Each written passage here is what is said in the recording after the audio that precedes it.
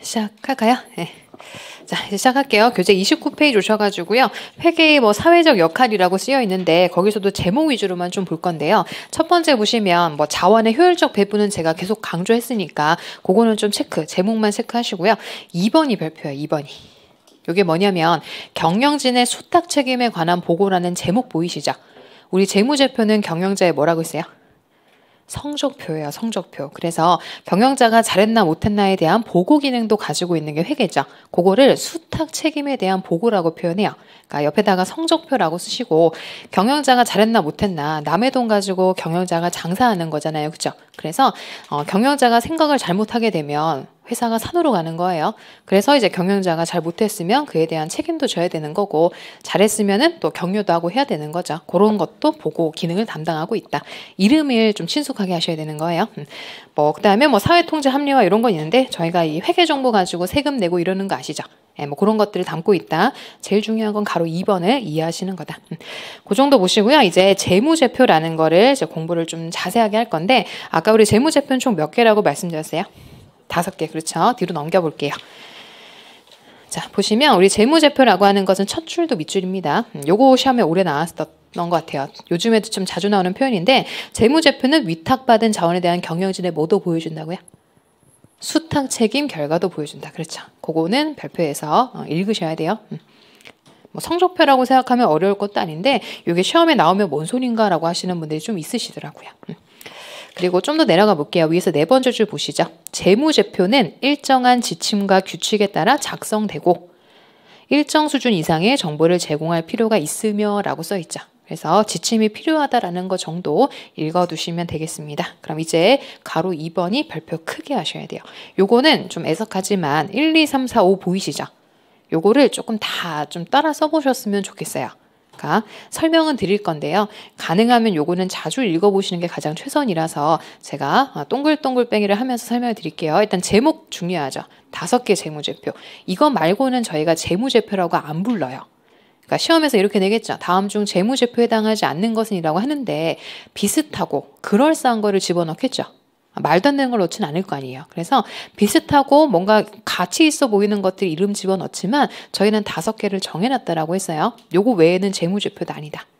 아니에요. 그래서 뭘 좀 많이 내는 거냐면 일단은 우리 재무제표는 첫 번째 줄 보이시죠?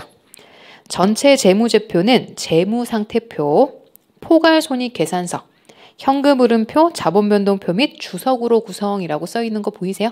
요걸로 봐도 되고 왼쪽에 아파트 표시로 보셔도 되고 그게 뭐 조금 더 간단하게 보이니까요. 대신 걔 한번 볼까요? 아파트 표시. 앞에 붙어있는 글씨가 좀 다르죠.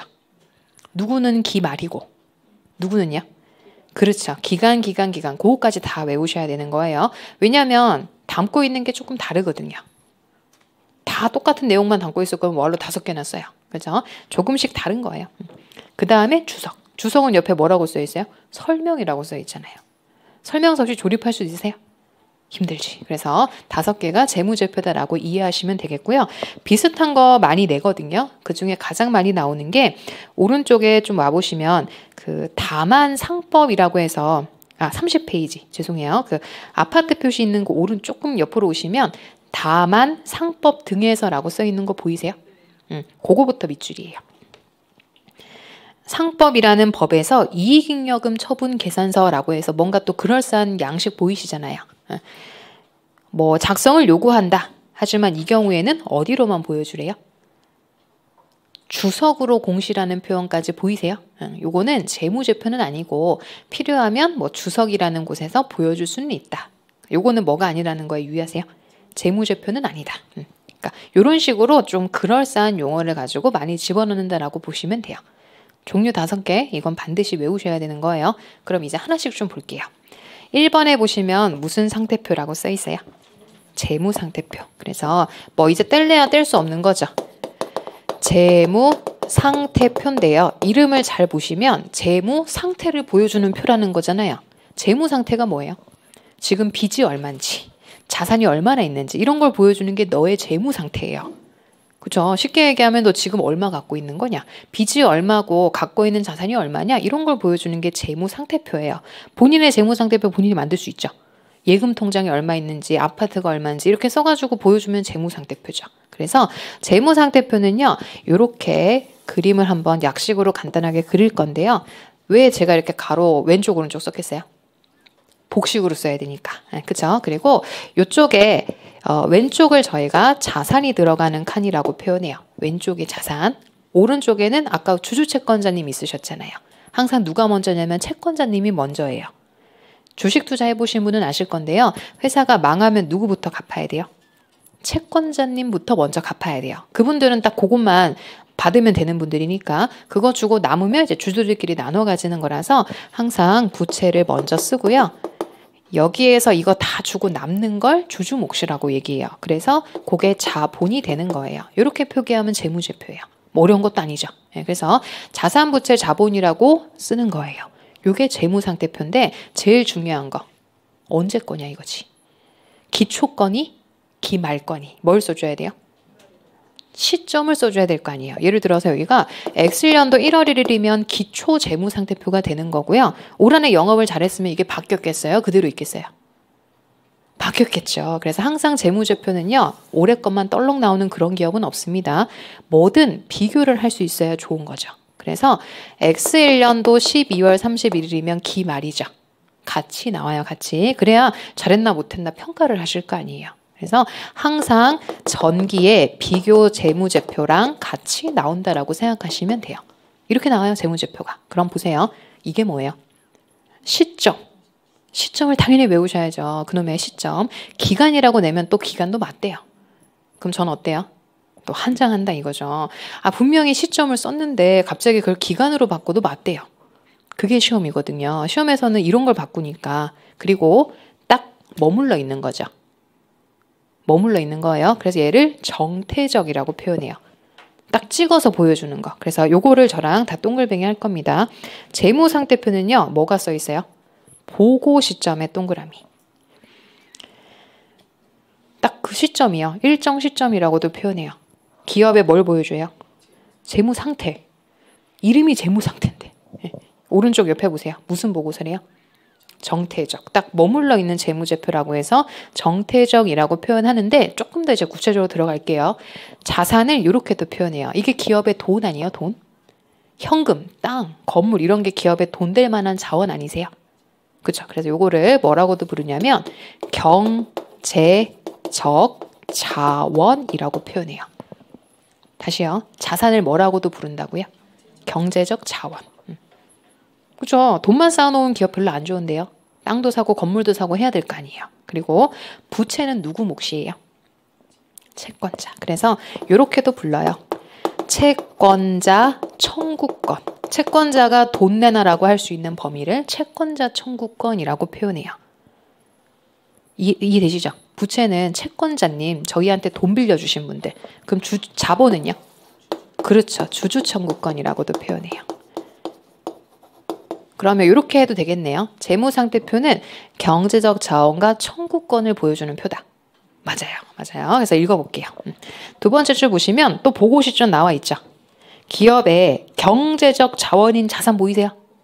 그죠. 그리고 경제적 의무인 부채와 자본에 관한 정보를 제공하는 표다라고 써 있는 거 보이세요? 그죠. 그래서 이렇게도 이름을 부를 수 있다. 요거는 옆에다가 좀 써보실 수 있겠어요? 이렇게. 자산은 경제적 자원. 이렇게 청구권, 각각 채권자와 주주 몫을 이렇게 보여주고 있다라고 생각하시면 돼요. 요 밑에 자산이 요 의미다라는 거는 조금 아셨으면 좋겠어서. 요즘에는 시험에 이렇게 나거든요. 경제적 자원 및 청구권을 보여준다라고 하면 이게 자산, 부채, 자본에 대한 얘기구나 알아먹으셔야 되니까. 제가 뭐 강조했어요? 시점이랑 재무 상태. 정태적 이런 얘기했고 요렇게도 부른다라고 그 다른 이름 한 번만 좀 써보시면 돼요. 요거는 진짜 하셔야 돼요. 되셨어요? 자, 그럼 여기다가 조금만 더 해볼게요. 회사는 기초에 자산부채 자본 갖고 있었죠. 예를 들어 자산의 대표적인 게 재고자산이에요. 제가 좀 창고에 팔 물건을 산더미같이 쌓아놨어요. 그럼 뭐 하셔야 돼요? 팔아야지. 팔면 돈 벌었겠어요? 못 벌었겠어요? 벌겠죠. 그리고 팔려면 돈만 버는 게 아니고 갖고 있던 물건이 팔린 거니까. 그런 거는 또 원가가 되는 거예요. 이런 식으로 열심히 영업활동을 하겠죠. 영업활동. 그러면 얼마를 벌고 얼마를 썼는지 표가 필요해요? 안 필요해요? 그게 바로 포괄손익계산서예요. 대신 포괄손익계산서는요. 올해 것만 들어가야 되지 않아요? 제가 얘기 드리는 게 세금 신고하실 때 올해 번 건 올해 것만 세금 내시는 거 알죠? 그거 쌓이면 세금 장난 아니게 나와요. 그래서 딱 올해 거 털고 다음 연도에 다시 시작하고 이런 거 아니에요? 똑같아요. 우리도 마찬가지로 올해 번 것만 들어가야 되는 거예요. 포괄손익계산서는. 그래서 뭐가 들어가 있어요? 보고 기간이 들어가 있는 거죠. 정확하게 외우셔야 돼요. 안 그러면 두 번, 세 번 외우셔야 된단 말이야. 보고 기간 보이세요? 올해 것만 들어가야 돼요. 올해 수익 비용만 들어가야지 전기 거, 차기 거 들어가면 중구난방이잖아요. 그렇게 세금 안 내실 거라면서요. 그죠? 똑같은 거예요. 그래서 보고 기간 동안 기업의 무슨 성과요? 그렇죠. 재무 성과가 벌고 쓰고 한 거예요. 수익 비용 나온다는 얘기죠. 그리고 무슨 보고서래요? 그렇죠. 변화, 벌고 쓰고 하는 거니까. 그게 포인트예요. 그래서 재무 성과라는 거에 동글뱅이를 잘 해두시면 돼요. 그죠? 거의 뭐 재무상태표랑 포괄손익계산서만 있어도 기업의 대부분을 설명할 수 있기는 해요. 뭐 그게 기업에 뭐 사는 이유죠.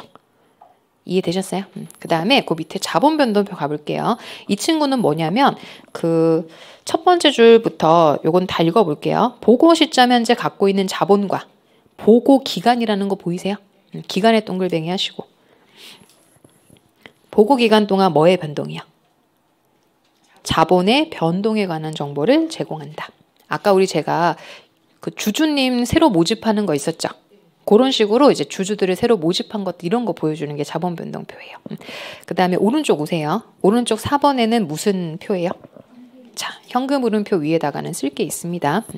자, 우리가요 발생주의로 재무제표를 만드는 것도 있고요.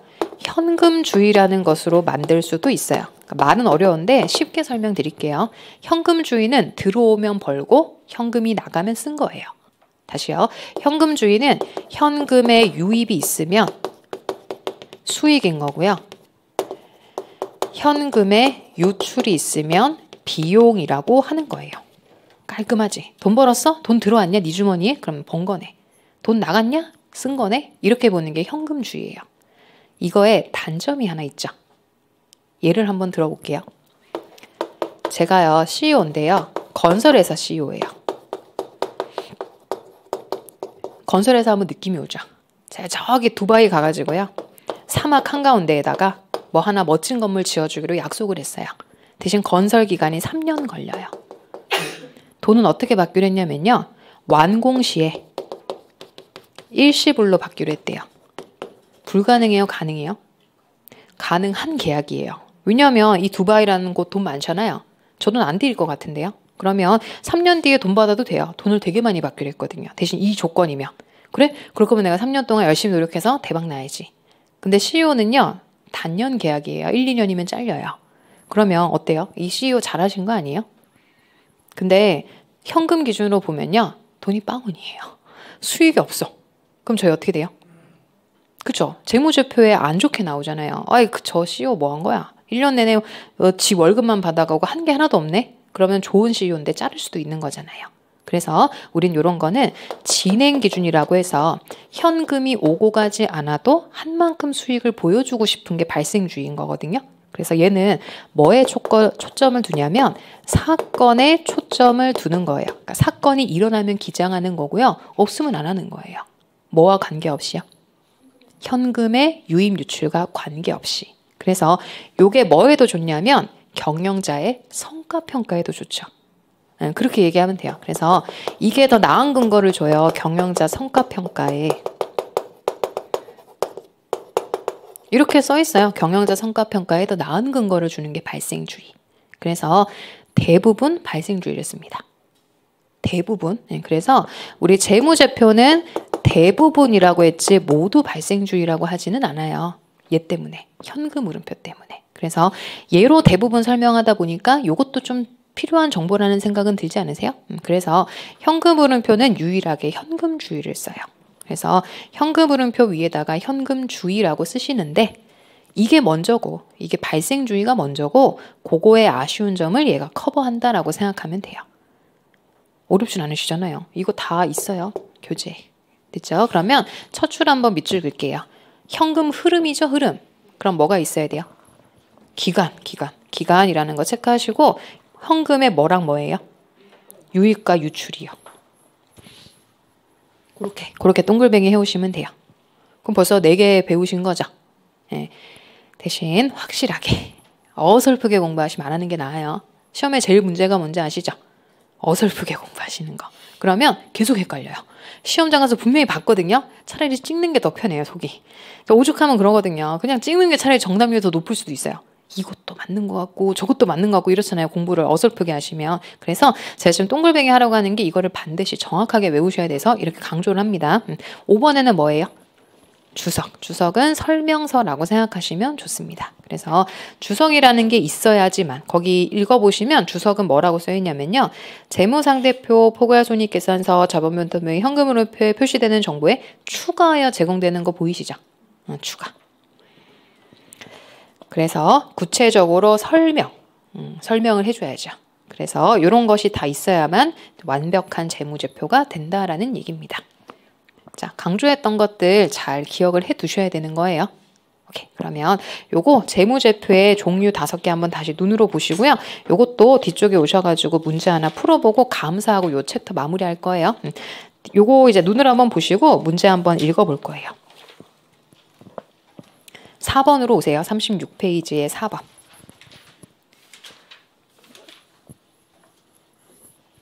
자, 지금 교재에 있는 걸로 확인해 보는 거예요. 문제가 이렇게 나오는구나 라는 거예요. 4번에 뭐에 관한 설명 중 옳지 않은 거예요?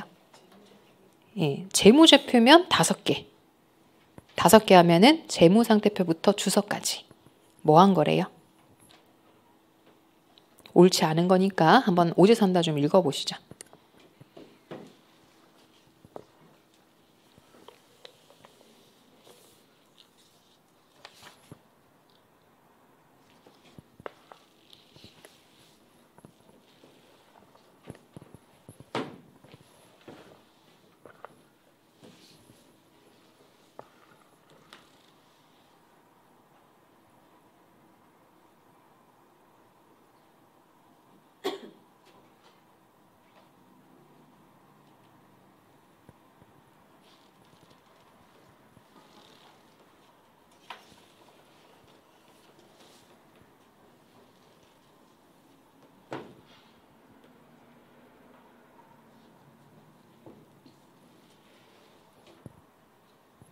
한번 읽어볼게요. 4번. 재무상태표부터요. 키워드 잘 확인해 보시는 거예요. 어디 동글뱅이 하라고 했어요? 일정 시점 재무상태라고 얘기하겠죠. 제대로 들어가 있는 거 맞아요? 네. 2번. 포괄손익계산서는요. 일정 기간 성과, 재무성과. 맞죠? 3번은요. 자본변동표는 자본의 크기 및 자본의 뭐예요? 변동을 보여주는 표. 맞죠? 4번. 현금흐름표도요. 어디 동글뱅이요? 일정 기간, 현금 흐름. 들어가고 나간 거 보여주는 표라고 했으니까요. 5번은 틀렸죠. 왜요? 주석이 설명서라고 이렇게 말씀드렸는데 포함하지 아니한다는 틀린 거죠. 이렇게 치사하게 문제를 내요. 앞에 건 딱 그럴싸하게 해놓고 뒤에 뭐 어미를 바꾼다거나 분명히 설명이라고 했는데 그걸 포함 안 하면 그게 무슨 주석이에요. 그래서 설명을 오히려 포함한다라고 표현해야죠. 그래서 자, 이렇게 같이 왔다 갔다 해보니까 좀 키워드를 정확하게 공부해야 되겠구나라고 인지하시면 되고요. 이 5개의 재무제표는 너무너무 중요하니까 진짜로 꼭 공부하실 때 외워두셨으면 좋겠습니다. 그럼 이제 앞으로 오셔가지고 남은 거 조금 하고 이 챕터 끝낼게요.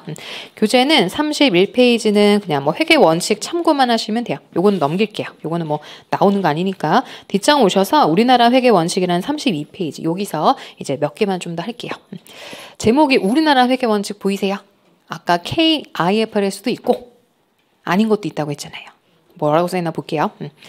일단 우리나라는부터 한번 전체적으로 읽어볼게요. 주식회사 등의 뭐 외부 감사에 관한 법률에 따라서 쭉 되어 있는데 위에서 3번째 줄 밑줄 그으시면 되겠다. 기업 회계 기준은 한국 채택 국제 기준의 도입으로 KIFRS라고 써있는 거 보이세요? 요것도 있고 뭐도 있대요. 일반 기업 회계 기준이라는 것도 있는 거 보이시죠? 그것만 밑줄 그으시면 돼요. 그리고 그 3번에 보시면 외부 감사 보이시죠? 요거는 아마 올해는 한번 나올 것 같아서 조금 자세하게 설명드릴게요. 외부 감사라는 거는 이런 거예요. 우리 재무제표 경영자가 만든다고 했던 거 보이세요? 성적표를 경영자가 지가 만들잖아요. 믿으실 수 있어요? 못 믿어요? 살짝 못 믿겠죠? 물론 잘 만들었겠지. 그렇지만 누가 봐주면 좀 더 좋아요? 나 말고 외부의 제3자가. 그래서 감사를 해요. 이유는 믿으려고 하는 거죠. 옆에다가 신뢰성이라고 쓰시면 돼요. 재무제표를 감사하는 이유는 이것 때문이에요. 믿으려고요. 그 재무제표가 뭘 따랐는지 보려고 하는 거예요.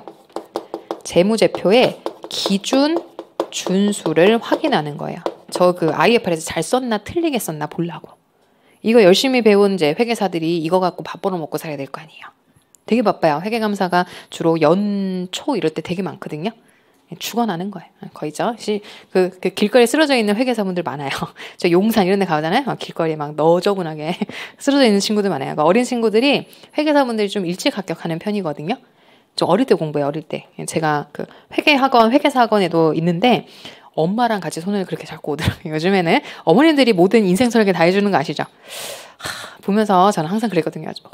이렇게 엄마의 손을 잡고 엄마 끌고 와요. 애를 막 이제 멱살 잡고 끌고 와. 걔는 별로 하고 싶은 것 같지 않은데 어머니가 끌고 와요.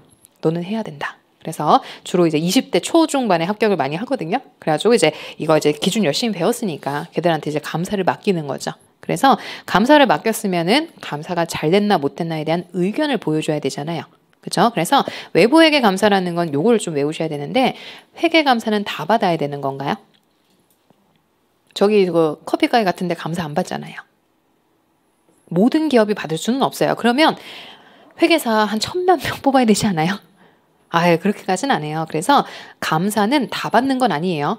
사이즈 큰 기업만 받는다고 생각하시면 돼요. 옆에 있는 뭐 법정감사라고 써 있는데 이거 절대 외우지 마시고 중요한 거는 다 받는 건 아니야 라는 것만 아시면 돼요. 모든 기업이 어떻게 회계감사를 받아요? 이것도 돈인데. 그래서 회계감사는 다 받는 건 아님이라고 쓰시면 돼요. 모든 기업이 받는 건 아니거든요. 그래서 교재에는 되게 복잡하게 쓰여 있는데 조금만 그 밑줄 긋게 그럼 3번의 외부 회계감사라는 제목 밑에 보이시죠? 뭐 투명성이란 단어 보이세요? 믿으려고 하는 거고 일정 규모의 주식회사라는 거 보이죠? 그래서 모든 기업 X라고 써두시면 돼요. 어떻게 모든 기업이 다 회계감사를 받겠어요? 이것도 다 돈이고 비용인데. 그 정도만. 그 정도만. 그러면 이제 옆에 2번, 가로 2번으로 오셔서 회계감사의 목적 보이시죠? 다른 건 안 읽으셔도 되고 믿으려고 하는 거예요. 거기 1번 보이시죠?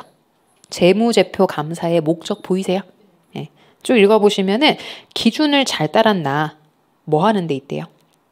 의견 표명할 수 있도록 하는 데 있다. 그리고 그 밑으로 오시면 신뢰성, 정확성 보이세요? 뭐만 동글뱅이? 신뢰성만 동글뱅이 하시면 돼요. 그러니까 감사는 믿으려고 하는 거다. 이 정도만 한번 읽어보시고요. 저희가 뭐 감사 보고서 쓸 일은 없으니까. 근데 그거는 있어요. 나중에 이제 합격하셔서 아파트 가시면 아파트 회계감사하는 거 아시죠? 아파트도 일정 규모 되면 감사 받으셔야 돼요. 그러면 이제 회계사가 오셔가지고 여러분들이 만든 재무제표를 본단 말이에요. 잘했나 못했나. 그래가지고 뭐라고 끄적끄적 거려요. 솔직히 아파트는 뭐 감사할 게 그렇게 많지는 않은 편인데 주로 뭐 충당금 이런 거 잘 썼나 이런 거 보는 거잖아요. 그래서 나중 가면 뭐 지 의견을 써놔요. 잘했다 못했다. 그래서 그런 거를 잘 보시면 되는 거니까 그래서 시험에 나와요. 뒤로 오셔가지고 걔가 뭐라고 썼나 읽을 수 있어야 될 거 아니에요. 뒤로 오셔서 34페이지 와보세요. 요 감사 의견 종류 보이세요? 적정, 한정, 부적정, 의견 거절. 제목이 있으시죠? 대부분은 적정이에요. 적정. 잘했겠지. 우리도 뭐 같은 기준서 보고 하는 거니까. 근데 시험에서는 한정과 부적정, 의견 거절 요 세 개가 번갈아 가며 나와요. 왜냐하면 멀쩡한 걸 잘 물어보진 않을 거 아니에요. 그래서 적정은 그냥 잘했다라고만 생각하시면 되겠고 한정, 부적정, 의견 거절을 외우시는 건데 조금 헷갈리는 게 한정과 부적정이에요. 한정은 이거예요. 그것 빼곤 괜찮아. 요거는 좀 걸리는데 그거 빼곤 괜찮아가 한정이에요.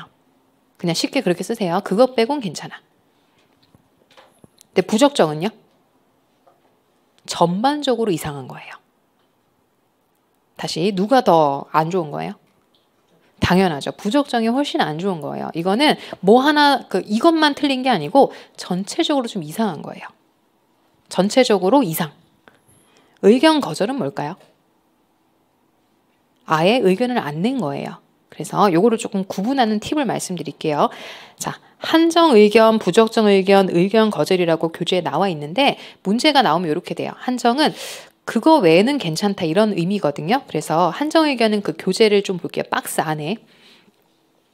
거기 보시면 재무제표에 중요한 영향을 미치는 감사 범위 제한 또는 의견 불일치.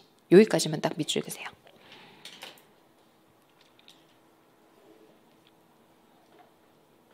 근데요, 부적정이랑 구별을 할 수 있으셔야 될 거 아니에요.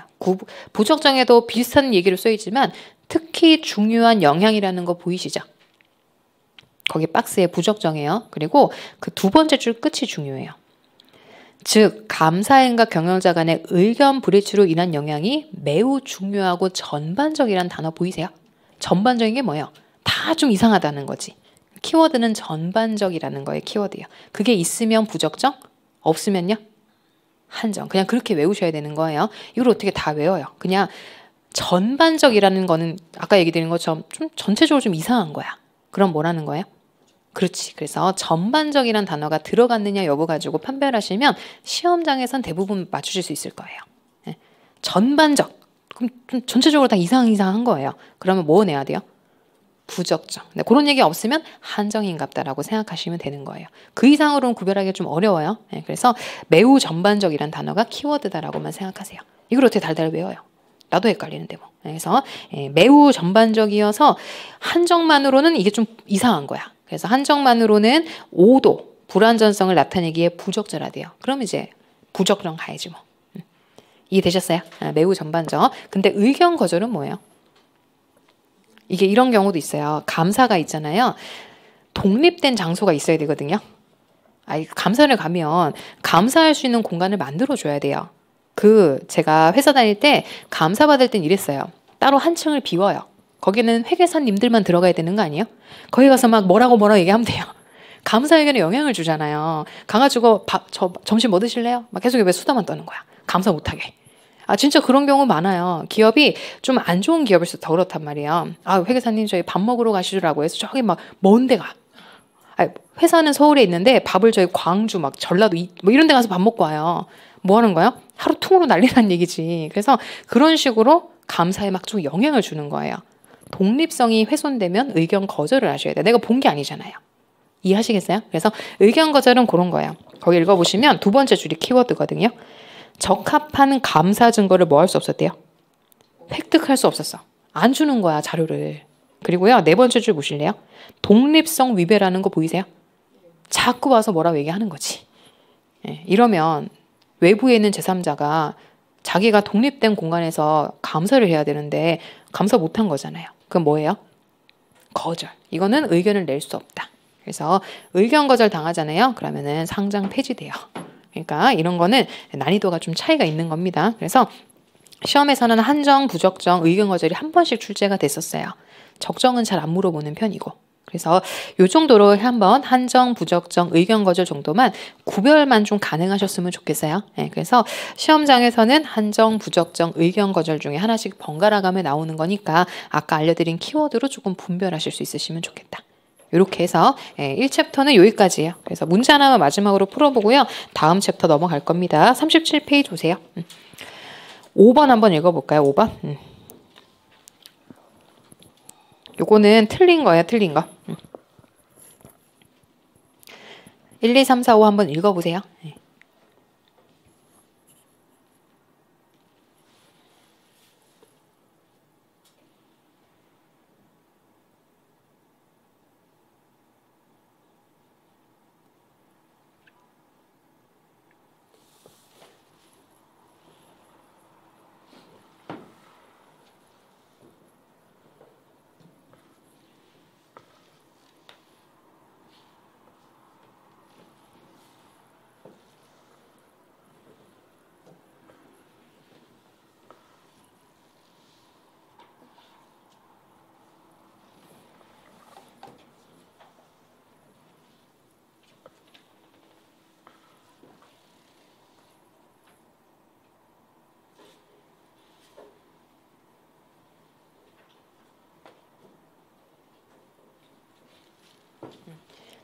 자, 1번부터 5번까지 뭔가 설명드린 게 조금 기억은 나시겠죠? 1번은 뭐예요?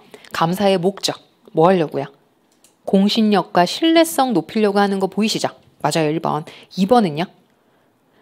매우 중요하다. 전체를 오도할 가능성이 있다. 전반적인데요? 뭐예요? 부적정이지. 그렇게 외우셔야 되는 거예요. 전체가 전반적인 거 아니에요? 네. 3번은요? 독립성 결여라는 단어 보이죠? 그렇지. 나의 독립된 장소를 확보해주지 못했어요. 그럼 어떻게 의견을 내요? 거절해야지. 4번은요? 중요는 한데 전반적이진 않대잖아요. 그럼 뭐 하면 돼요? 한정. 그것 빼고는 괜찮은데 이렇게 하면 되죠. 5번은요? 에이, 답은 5번이잖아요. 모든 기업이 감사를 받아요? 제가 그럼 맨날 이런다니까요. 모든 기업이 받아? 다 때려치고 회계사 해야 된다니까요. 이건 당연하지. 이거는 누가 길을 열어준 거잖아요. 모든 기업이 받는 거면. 이런 거면 다 필요 없고 우리는 회계사 지금부터 하는 거예요. 그래서 답은 5번입니다. 이렇게 해서 문제 한번 쭉 풀어봤는데 그렇게 어렵진 않으시죠? 대신 이게 날아가는 게 문제거든요. 또 까먹고 거의 뭐 계속 도돌이표 같은 거니까 자주 보세요, 자주. 그러면 이제 챕터 2로 올게요. 재무 상태 및 재무 성과 측정. 이제 여기서는요, 재무제표가 서로 연결된 거를 보여드릴 거예요. 그래서 일단 교재는 40페이지 오셔가지고요, 재무 상태라고 해서 이제 이거를 하나씩 파 들어가는 거예요. 자산부채 자본을 보여주는 표다라고 알았으니까 어떻게 보여주고 어떤 이름이 있는지를 보는 겁니다. 일단은 재무 상태라고 해서 40페이지 오시면요. 뭐 나오겠어요? 재무 상태에는. 당연하죠. 재무 상태인데 수익 비용이 나올까요? 그것이 또 시험 문제예요. 재무 상태 하면은 자산부채 자본을 떠올리셔야 되는 거고 재무 성과 하면요. 수익 비용을 떠올리시는 거예요. 그래서 제목이 재무 상태면 뭐가 나와야 돼요? 자산부채, 자본. 그렇죠. 그런 식으로 일단 제목부터 먼저 보시고 당연히 자산부채, 자본 나오겠죠. 뭐. 그래서 제일 먼저 자산이라는 것부터 먼저 설명을 드릴 건데 40페이지 와보세요. 1번에 자산이라고 해서 자산이 뭐냐라고 하는 거에 대한 정의인데요. 쉽게 얘기하면 기업의 돈벌이 수단이라고 생각하시면 돼요. 기업에 돈 될 만한 자원이라고 표현해요. 쉽게. 진짜로 이거는 뭐 이론상으로는 이렇게 쓰여 있진 않지만 가장 받아들이기 쉬운 건 이거예요. 제가 그냥 쉽게 풀어쓸게요. 자산은 기업의 뭐예요? 돈 될 만한 자원. 돈은 그 자체로 자산인 거고요. 매출 채권. 아까 외상으로 물건 파시면 그거 나중에 뭐가 돼요? 돈이 되는 거고. 건물은요? 건물 잘 쓰면 돈 되는 거잖아요. 토지는요? 토지 잘 활용하면 돈 되는 거잖아요.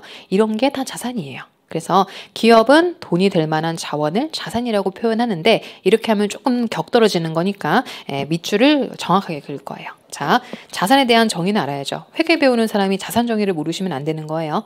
제일 중요한 키워드. 과거 사건의 결과라는 단어 보이세요? 아까 제가 건물주 10년 후에 건물주 된다고 지금 네 자산이 건물 100억이라고 쓰는 건 안 된다면서요. 뭐가 없어요? 인과관계가 없어요. 인과관계가. 그래서 과거 사건의 결과여야 돼요. 뻥튀기 대다 싫어하는 거예요. 그 별표요. 과거 사건이 있어야 된다는 것도 시험에 진짜 많이 나왔어요. 미래 예상돼요? 안 되죠. 그 다음에 기업이 통제, 집거해야 될 거 아니에요. 도서관은 자산 될 수 있어요? 나의 자산이? 제가 맨날 우스갯소리 얘기하거든요. 도서관 가면 저만 있어요. 그렇죠? 전 도서관이 저의 그 집의 위치를 정하는 데 되게 중요한 사람이거든요. 가진 않아도 근처에 있으면 마음 편하니까 도서관이 근처에 있다라는 거 가지고 전 집 위치를 결정할 정도로 도서관 되게 중요해요. 그래서 도서관 가잖아요. 항상 고정석. 그 오시는 분만 오시는 거 알죠? 오늘 왜 안 오셨지? 이런 분들 있잖아요. 저분 오늘 왜 안 오셨지? 오늘 뭔가 아프신가? 그럴 정도로 꼭 항상 고정된 자리가 있어요. 그분들 거 아니에요? 도서관. 그분들만 쓰잖아요. 도서관 제 건물이에요? 아니죠. 통제를 못하니까. 나만 쓸 수 있는 거 아니잖아요. 그래서 통제라는 거는 이제 본인만 쓸 수 있는 거 이렇게 생각하면 돼요. 통제해야 네 거의 자산이 되는 거죠. 뭐 제 자동차면은 제 거 되죠. 제가 타고 다니는 차라면 그런 거예요. 그래서 통제라는 표현은 남도 막 다 같이 쓰는 거 말고요. 너만 쓸 수 있는 거 이런 게 통제예요. 그 다음에 현재의 뭐예요? 경제적 자원이다. 그렇게 해서 그 제목에다만 밑줄 좀 그세요. 그래서 돈을 벌 수 있는 가능성이 있는 것들 이런 거를 자산이라고 통상 표현을 해요. 그리고 조금 더 시험에 나올 수 있는 거. 돈은요. 직접 버는 것도 되지만 간접으로 버는 것도 돼요. 그래서 쭉 내려가 보시면 네 번째 줄이 밑줄이에요. 자산이 갖는 경제적 효益, 돈 버는 게 꼭 직접 벌어야 되는 거예요? 아니요. 간접도 된다는 거죠. 직접, 간접, 동글뱅이 하시면 돼요. 현금 유입에 기여하게 될 잠재력이 있으면 된다는 거죠. 요거 다 제가 지금 동글뱅이 하는 거는 써보시라는 얘기예요. 까먹기 전에. 자, 그러면 자산이 뭔지 대충 이제는 알겠어요. 그럼 여기다가 이제 제가 하나씩 파 들어갈 건데, 자산은 그냥 쭉 나열하는 게 좋겠어요? 또 갈라주는 게 좋겠어요? 또. 그래야지 우리 주주님, 채권자님이 좋아하시거든요. 회계는 주주 채권자님이 먼저 해요. 그분들이 보실 거 아니에요? 누구한테 편리하게 해줘야 돼요? 주주 채권자님이 보기 편하게. 주주 채권자님한테 좋게 포장해 주는 거죠. 그러니까 자산도 그냥 보여주는 것보다는 빨리 돌아오는 친구, 천천히 돌아오는 친구로 나누어 보여주는 게 좋겠죠. 특히 부채는 더 그런 거 아니에요? 빚은 어떤 게 좋아요? 빨리 돌아오는 빚, 천천히 돌아오는 빚을 나눠주는 게 좋겠죠. 그래서 재무상태표는 이렇게 표시하는 게 가장 일반적이에요. 자산은 다시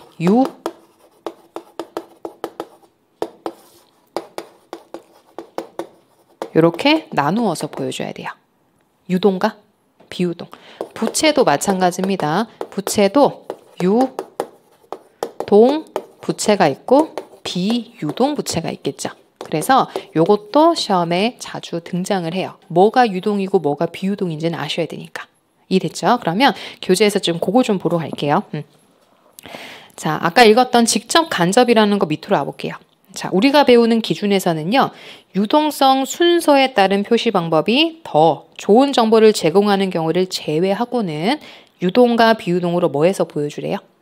구분해서 보여주도록 하고 있다.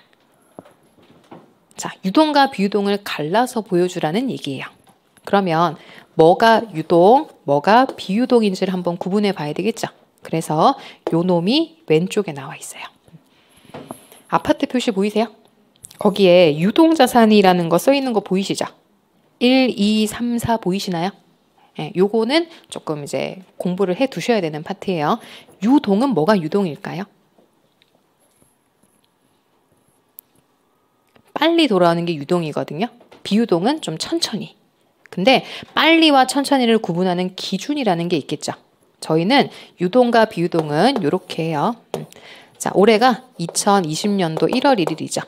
그러면 마감되는 해는 12월 31일. 요거를 저희가 보고 기간의 말이라고 표현해요. 요 기간에 뭐요? 말일. 요때부터 1년 이내에 들어오면 유동이에요. 언제부터요? 보고 기간의 말로부터 1년 이내에 들어오면 유동이란 얘기예요. 이유가 있어요. 요거 우리 재무제표 요때 2021년도에 보지 않겠어요? 그러면 2021년도 기준으로는 돈 돌아와야 되는 친구인 거잖아요. 그래서 보고 기간 말로부터 1년 이내라고 표현해요. 요거 외우실 수 있겠죠? 자, 그거 이제 보러 갈게요. 왼쪽에 좀 작은 글씨긴 하지만 위에서 3번 보세요. 유동자산의 3번 보이세요? 언제부터 12개월 이내래요? 보고기간 후부터 며칠 이내요? 몇 개월 이내요? 12개월 이내. 예. 그럼 뭘로 가요, 저희? 유동이요. 외우셨죠? 아이, 벌써 하나 해결했잖아요. 보고기간 말부터 12개월 이내. 1년이라는 단어보다는 개월수로 표현하는 게 더 일반적이긴 해요. 됐어요. 하나 외우셨어요. 그 다음에 2번 와봐요, 2번. 주로 뭐 할 목적이래요? 이거는 말만 들어도 알겠다. 금방 팔 생각이래잖아요. 그럼 어디로 가면 돼요? 그치, 금방 팔 건데 뭐할로 비유동으로 가겠어요? 아, 2, 3번 해결이에요? 되셨어요? 네, 그러면 역으로 1번에 별표 100만 개예요. 이거는 별표 억만 개, 100만 개보다 억만 개가 더 크죠? 자, 별표 억만 개 하시고, 억만 개 하시는데 옆에 이제 읽어봐요, 천천히. 기업의 무슨 주기요? 뭐 할 의도가 있대요? 실현할 것으로 예상하거나 소비할 의도가 있다. 자, 이제 그놈을 설명드릴 겁니다. 재고자산이라는 게 되게 중요하다고 말씀드렸죠. 회사는 뭐 하는 데예요? 영업활동하는 게 회사죠. 제가 신발 파는 회사면 신발이 저희 재고 아니에요? 그거 뭐 하셔야 돼요? 쌓아놓고 그냥 애지중지 하셔야 돼요? 파셔야 돼요? 팔아야죠. 근데 자, 이 재고자산이 제가 지금 신발로 얘기를 드렸지만 만약에 우리 회사가요, 선박을 만드는 회사예요. 뭐 대우조선해양 같은 데요. 선박 만드는 회사거든요. 그러면 지금 열심히 만들고 있는 선박 있겠죠. 그게 뭐예요? 재고 자산이에요. 팔라고 만드는 건 다 재고거든요. 그럼 이 선박은 엄청 오래 걸리지 않아요? 한 2, 3년은 돼야지 선박이 나올걸요? 그럼 이건 다 뭘로 가야 돼요? 비유동이네라고 생각할 수 있잖아요. 근데 결국 이 선박도 팔기 위해 정상적인 영업주기 내에서 팔려고 만드는 것들이잖아요. 그래서 얘들은 어디로 가냐면 유동자산으로 가요. 몇 년이 걸리든 관계없이. 뭐 할 목적이니까요. 그렇지. 그걸 정상 영업주기라고 표현하는 거예요. 이 회사들은 이거를 2, 3년에 걸쳐서 만드는 게 정상인 거예요. 그 안에 팔 생각 있는 거잖아요. 그럼 어디로 가야 돼요? 그래서 시험에 되게 많이 나와요. 1년을 넘어도 관계없어요. 그래서 당연히 시험에 그런 거 내겠죠. 1번에 별표를 억만개하는 얘기예요. 자, 그럼 시험에서 이제 뭐 물어보겠어요? 영업주기가 뭐니? 라고 물어보지 않겠어요? 영업이 뭐예요? 영업이.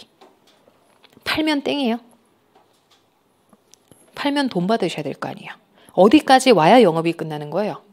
당연한 거죠. 팔기만 실컷 팔고 돈을 한 푼도 못 받았어. 망하는 거예요. 망하는 거. 그래서 영업은 이런 거예요. 팔아서 돈을 회수해야 또 사러 갈 거 아니에요.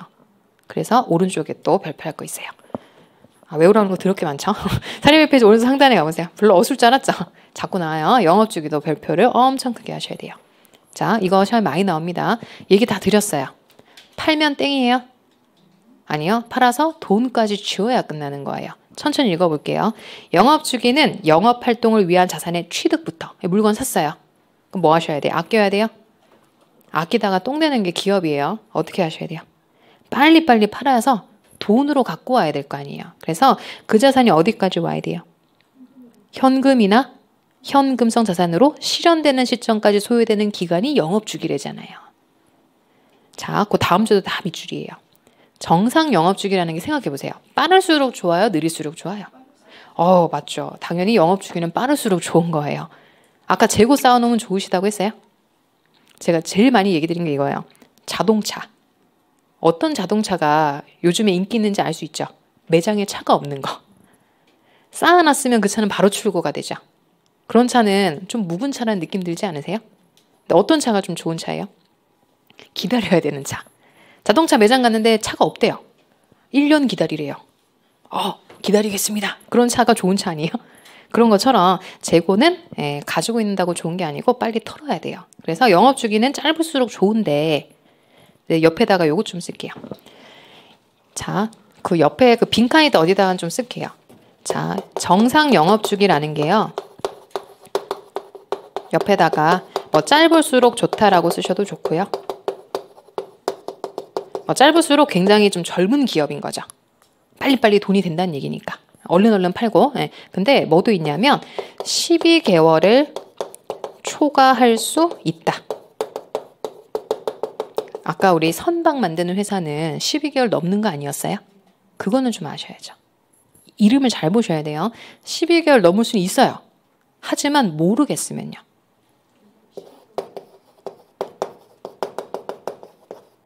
그러면 12개월로 간주하는 거예요. 이거 민법에서 배우지 않으세요? 아마 나올 거예요. 간주 추정 뭐 이런 거 나오거든요. 12개월로 볼게.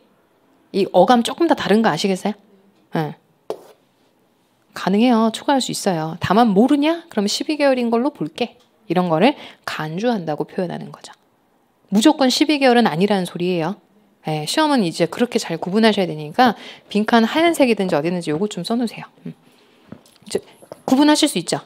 그럼요. 짧을수록 좋은 거는 맞는데 12개월 넘을 수는 있어요. 아까 선박 만드는 회사처럼.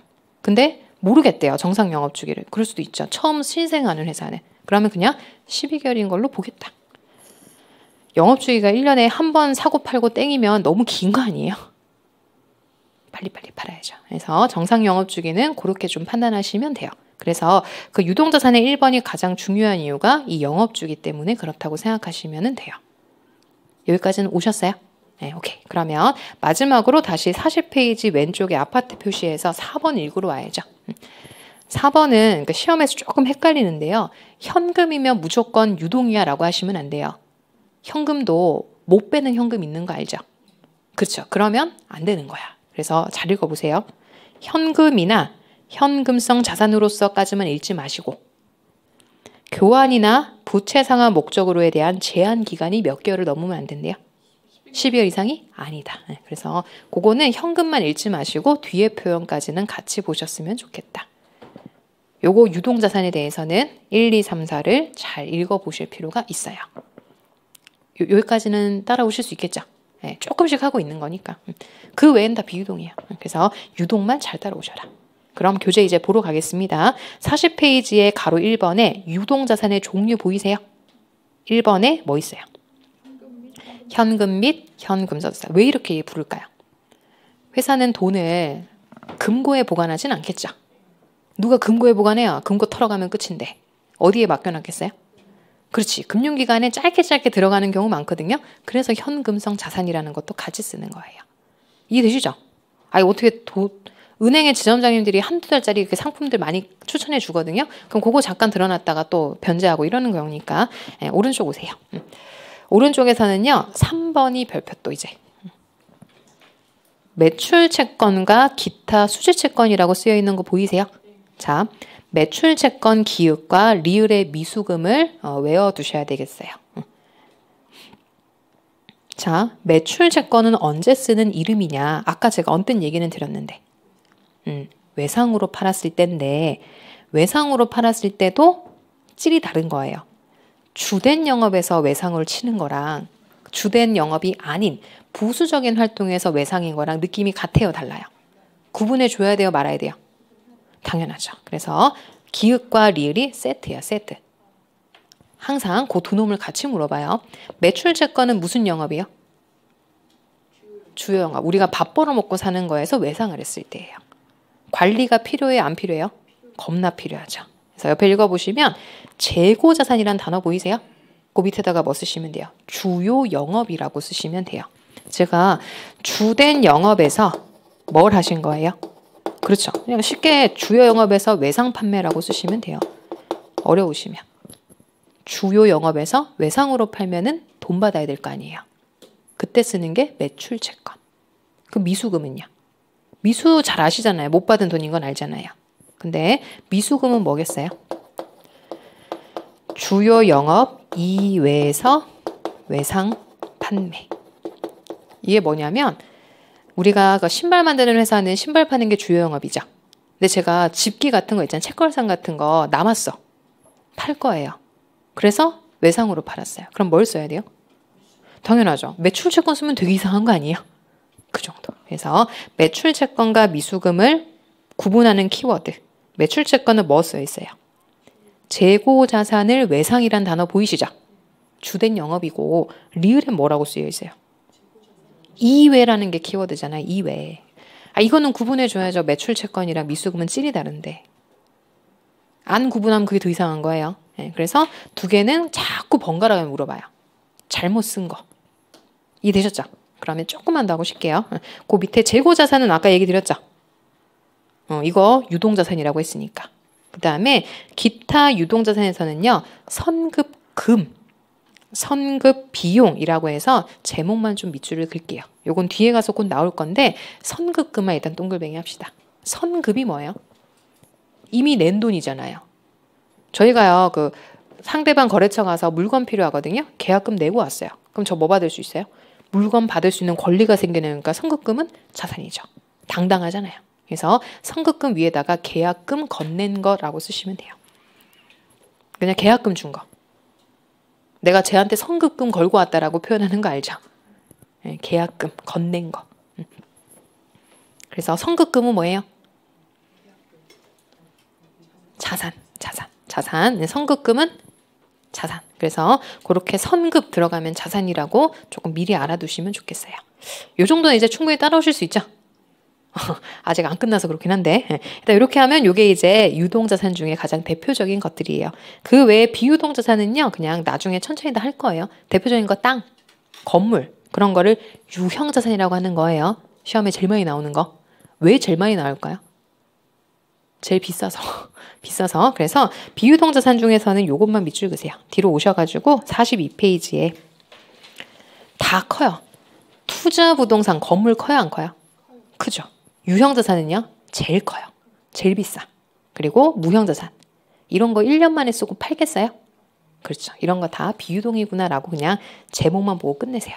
그래서 지금 중요한 거는요. 유동자산이라는 거를 아시는 거랑 재고, 그 다음에 매출채권 미수금 구분해 오실 수 있겠어요? 네, 거기까지가. 네, 그래서 너무 목표를 크게 잡지 마시고 지금은 여기까지만 따라오셔도 충분해요. 됐죠? 네, 그러면 조금만 쉬었다가 유동부채하러 갈 거니까 10분 쉬고 하시죠. 네.